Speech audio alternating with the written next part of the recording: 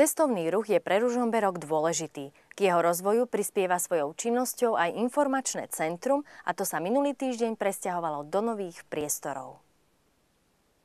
Keď turista príde do neznámeho mesta, častokrát potrebuje informácie, aby sa čo najlepšie zorientoval. K tomu slúžia informačné centrá, a to ružomberské má reprezentatívnejšie priestory, ktoré slávnostne otvorili minulý piatok.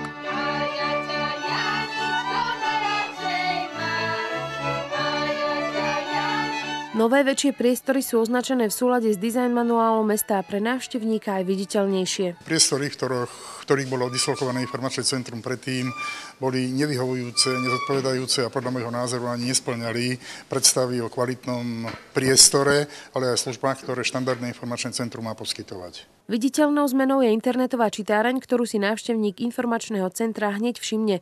V pôvodných priestoroch bola skrytá, a tak sa stávalo, že o možnosti použitia internetu prvých 10 minút bezplatne klient ani nevedel.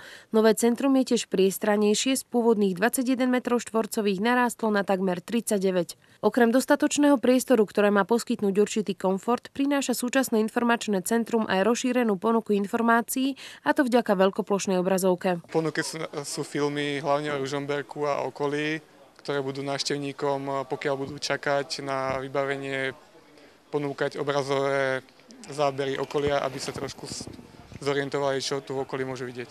Sú tam napríklad zábery, ktoré spracovala Mestská televízia Ružomberok, sú tam zábery od ďalších autorov, sú tam zábery, ktoré spracovalo pre svoju propagáciu mesto. Obrazové materiály plánujú rozširovať o ďalšie zábery, preto ktokoľvek, kto disponuje s filmom či podobným materiálom o Ružomberku a okolí, môže ho priniesť do informačného centra a radi ho budú premietať.